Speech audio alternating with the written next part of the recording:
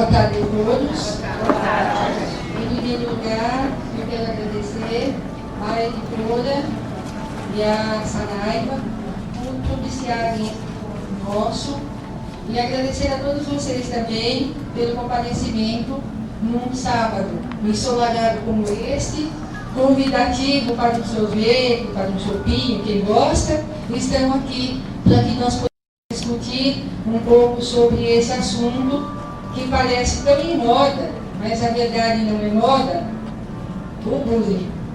Então, nós vamos começar falando, uma parte desse nosso encontro vai ser assim, por uns 40, 50 minutos, eu vou estar aqui falando sobre o que é o bullying, sobre as características, sobre isso, vou dissertar sobre isso. E depois, num segundo momento, nós vamos trabalhar em conjunto.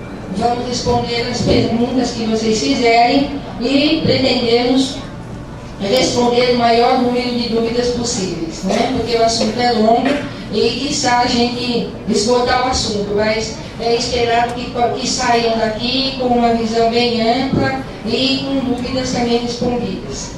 Então, o bullying, a gente tem ouvido falar muito nisso. Essa palavra já está fazendo parte um pouco do vocabulário nosso, porque mídia vem falando, programas de TV vem colocando essa matéria, e de repente isso está tão em voga. O bullying é uma palavra inglesa que não tem tradução aqui para o português, por isso a gente está usando o termo bullying. Mas o que ele quer dizer? O bullying é um movimento de agressão. É um comportamento agressivo intencional que não é feito, esse comportamento não é exibido, mas a gente aqui classifica como agressor. Então, por que está tão comum hoje se falar sobre isso? Porque a violência, principalmente nas escolas, é uma coisa que sempre existiu.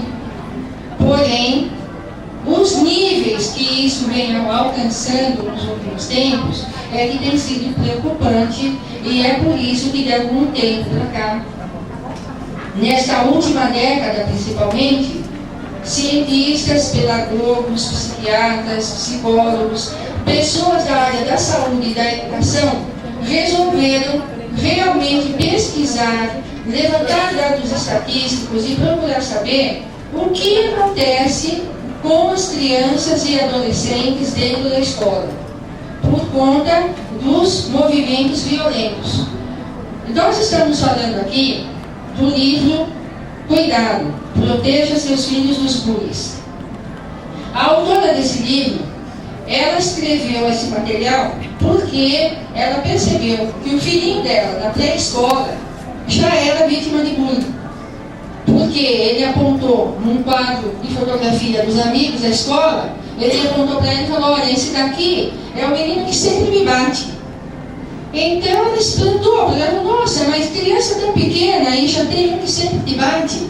Então ela começou a perceber que aquilo não acontecia só com o filho dela, aquilo acontecia com outras crianças também.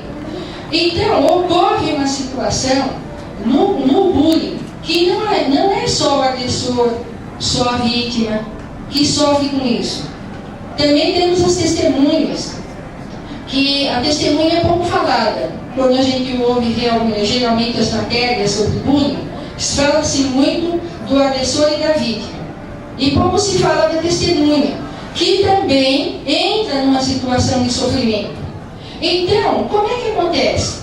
Vamos imaginar uma escola. Então, você chega na sala de aula, vamos pensar em nós, né? Quando fomos para a escola a primeira vez, ou mudamos de escola, entramos numa escola nova, tudo assim, é estranho. Então a gente começa a olhar para o coleguinha, começa um a olhar para o outro, e aí você já começa a perceber aquela criança que é mais descontraída, mais solta. E começa a perceber também aquelas que são mais tímidas, que não são tão simpáticas, tão sociáveis. E aí é que começa a seleção do bullying. Porque o bullying, ele vai escolher aquela criança que é mais frágil. Essa fragilidade não está especificamente unicamente no físico. Essa fragilidade é uma fragilidade psíquica. Aquela criança mais tímida, ela pode ser uma criança até bem gordinha, bem fortinha, bem avantajada, e o bullying ser uma pessoa que é um palitinho. Mas ele acaba torturando aquele que é mais forte. Por quê? Porque ele não está usando de violência física, mas ele está usando de uma violência psíquica. Porque o bullying, ele age de várias formas. Geralmente, quando a gente fala de agressão, de violência, a gente já não pensa em pancadaria, ou tapa, ou beliscão, ou esse tipo de coisa. Porém, o bullying não age só assim.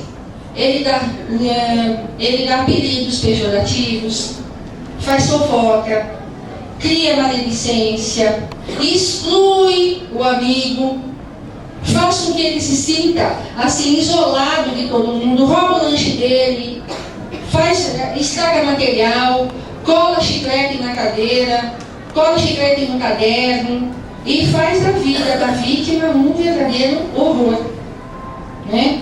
Isso eu estou falando de bullies, meninos e meninas, porque as meninas também cometem bullying, sim. Quem pensa que menina está fora disso está muito enganado, porque as meninas são piores do que os meninos. Porque os meninos, eles fazem, o bullying é uma agressão de pessoa para pessoa, de um grupo para outro grupo e de um grupo inteiro para uma pessoa. Agora, as meninas, elas geralmente agem mais em grupo do que os meninos. Então, nós vamos conversar um pouco sobre a diferença do que é o bullying das meninas e do que é o bullying dos meninos. Os meninos, geralmente, eles são mais ameaçadores, são mais agressivos, pegam uma criança em lugar que não tem um adulto supervisionando, porque geralmente é assim, é no corredor, é no banheiro, é no ônibus, no caminho para casa. O bullying ocorre nessas circunstâncias, nesses locais. Não tendo muito adulto por perto, o bullying aproveita. Porque, na verdade, se o bullying encontrar alguém que seja mais forte do que ele fica quieto. Mas se você não for capaz de enfrentá-lo, ele realmente te tortura. As meninas, como é que elas agem? Elas fazem isso. Sabe aquela menina que fala assim: ah, mas se você falar com ela, eu não sou mais sua amiga. Ah, mas eu não quero nem saber. Se está falando com ela, tô de mal. E aquela menina fica assim com sofrimento atroz, porque a amiga não quer falar mais com ela. Então o que essa amiga faz? Ela se junta com outro grupinho e começa a rir daquela outra que está isolada. Então aquela menina começa a se sentir muito mal. Qual é a condição para uma menina ser vítima de bullying? Ser feinha, não ser uma menina bonita, não ser uma menina toda jeitosinha, então ela já começa a ser estigmatizada. Ela foge um pouco do padrão daquilo que as meninas consideram como ok para elas, essa menina já começa a ser excluída. Ou, se de repente ela é muito inteligente, porque as pessoas que são muito inteligentes também são vítimas de bullying. Porque parece que hoje você não pode ser inteligente, você não pode ser bom aluno, você não pode ser o primeiro da classe, você não pode ser isso. Porque se você for, já te chamam de nerd, já começam a fazer diferença com você. Há quem diga que o bullying, tem muita gente que pensa que o bullying faz isso, o bullying, né? Ele age dessa forma para se autoafirmar, porque ele é uma criança muito insegura. As estatísticas já mostraram que esse não é o verdadeiro fator que faz o bullying agir. Na verdade, nem sempre o bullying tem a autoestima rebaixada. Muito pelo contrário. Na maioria das vezes ele tem uma autoestima muito boa e até, às vezes, melhor do que outras pessoas. Mas acontece que, como ele está numa situação de desequilíbrio de poder, o que ele faz? Ele utiliza esse poder, porque ele supõe que tem, e aí ele escraviza os outros. E aí a gente acaba percebendo que tanto o bullying quanto a vítima tem uma queda no rendimento escolar. De repente, aquela criança que tem um rendimento escolar ótimo, ela começa a decair no rendimento escolar. E aí a gente fala dos adolescentes também. Por quê? Se ela for o bullying, se ela for o agressor, ela fica o tempo inteiro pensando em novas formas de agressão. Quais são as outras atitudes que ele vai ter para poder atacar? A vítima também perde o interesse pela escola porque fica preocupada de como vai se defender dos ataques do agressor. E aí, ela não presta atenção na aula por conta disso. Então, como é que a gente identifica? Porque uma coisa é assim, tá bom, você fala que tem o bullying, que tem a vítima, que tem a testemunha, mas como que eu sei que isso está acontecendo? Como é que eu vou identificar que a minha criança, o meu adolescente, está sendo uma vítima? Então é fácil. Você começa a observar os comportamentos que essa criança ou esse adolescente começa a exibir. Então você tem uma criança que sempre foi na escola com naturalidade. Vai, sem problema algum, vai na escola, entra, faz as suas coisas, volta, tudo numa boa. De repente essa criança começa a ter ânsia de vômito, dor de barriga, começa a falar, não quero mais ir para a escola, eu não vou mais naquela escola. Chega no domingo à noite, essa criança começa a entrar em tensão, porque na segunda-feira ela tem que ir para a escola, tem pesadelos, fica muito nervosa, aí você começa a desconfiar de alguma coisa, porque se houve uma mudança de padrão de comportamento, é porque alguma coisa de errado está acontecendo. Ninguém fica assim de graça. Então, é hora de conversar com o seu filho, com sua filha e perceber o que está acontecendo. Porque a gente percebe que existe uma grande dificuldade da família, dos pais, às vezes, conversarem com os filhos. Percebe que alguma coisa está errada, mas deixa, isso vai passar.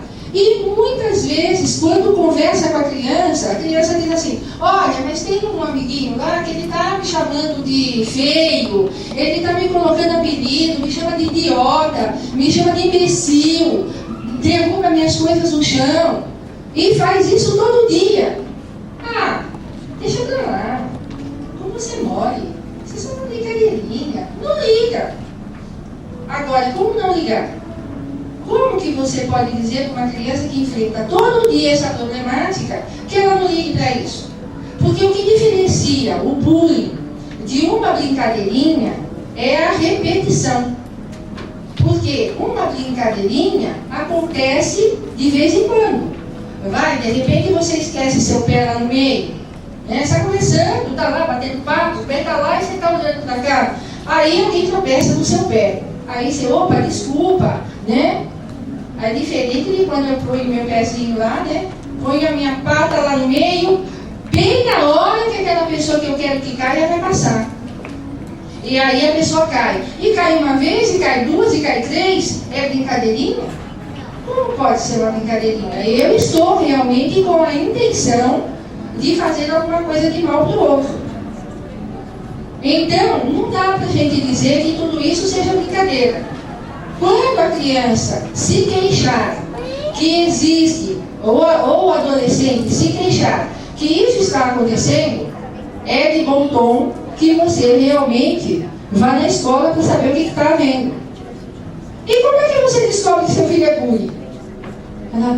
Ai, meu filho é um agressor. Ele maltrata os outros na escola. Geralmente, quando a escola chama alguém, chama alguma mãe, né?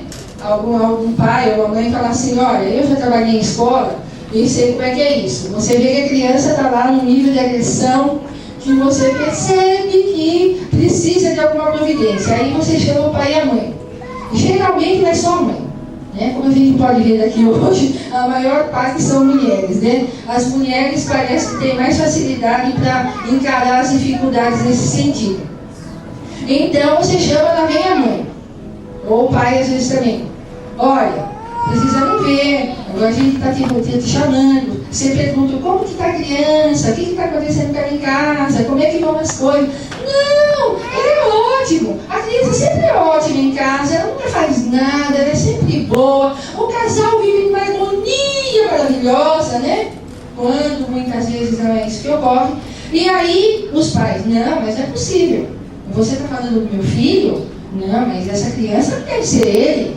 Aquela estranheza, né? E muitas vezes é estranho mesmo. Porque em casa a criança não está exibindo esse padrão de comportamento. Ela está exibindo esse padrão de comportamento lá na escola.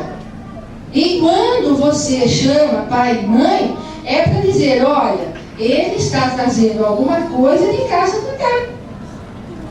E o que é essa coisa de casa para cá? É o bullying que acontece dentro de casa. A doutora Bárbara, nesse livro que nós estamos falando sobre ele, ela traz essas situações todas, não é? Porque ela traz assim, as situações de bullying desde dentro de casa até a escola. Então, o que leva a criança a se tornar um bullying? É exatamente isso. Muitas vezes em casa é aquela agressão verbal o tempo todo. É aquela coisa de dizer um pai não respeita o outro, ou às vezes o próprio pai não respeita o filho. Aquela coisa, pô, mas você é incompetente mesmo, você é burro. Caramba, todo mundo sabe fazer uma coisa tão simples e você não consegue saber? Ou então, aquela coisa, né?